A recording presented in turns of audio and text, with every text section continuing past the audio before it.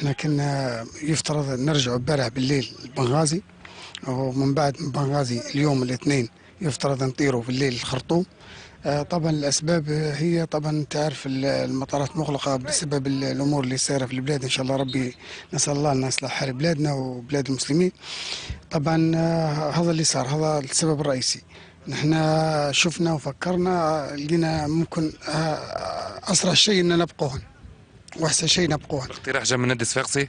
لا، الاقتراح منا نحن، اقتراح منا نحن وعرضنا ان صفاقسي، نادي صفاقسي بارك الله فيهم، قالوا ضيافتنا، قالوا تفضلوا تقدروا تبقوا ما فيش مشكله، لكن في امور اخرى ضروري ندار اللي هي نشكر الاخوه في نادي الترجي رغم ان الفائده تعم على الجميع.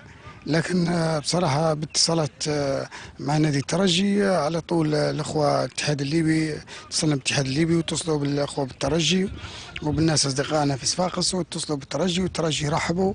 والآن الموافقة الآن إن شاء الله مبدئية بالتليفون وبكل شيء تمام.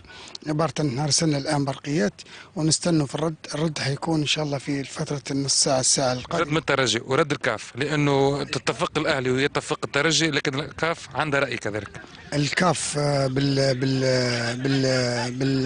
بالمراسلات او بالتليفونات في موافقه، وطلبوا موافقه الفريقين، موافقه الفريقين. يعني انتم في انتظار موافقه الترجي اللي اخذتوها شفهيا، في انتظار انكم الورقه توصل بعد دقائق من الان رسميا.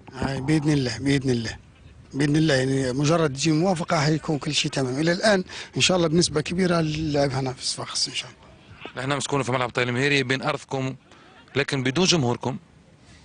والله نحن الله غالب، نحن الامور تمر بها البلاد، مرينا بظروف قاسيه، نسال الله ان ربي يهدي العباد ويحفظ الله بلادنا وبلاد المسلمين.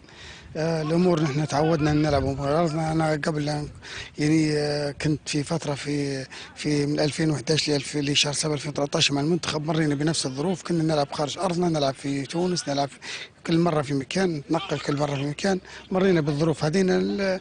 الرياضي الليبي تاقلم على الامور هذينا، وان شاء الله نسال الله ان ربي يصلح حال البلاد والعباد.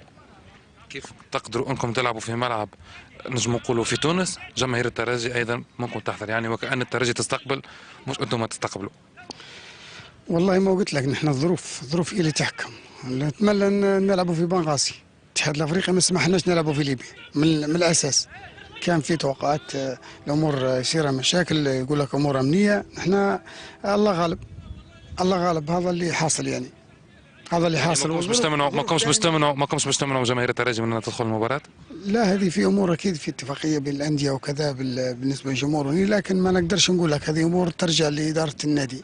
معنا السيد عوض العنيزي عضو مجلس اداره، السيد عوض اكيد حيرجع لاداره النادي ويحدوا، اكيد في تحديد، هو في لائحه وفي تحديد.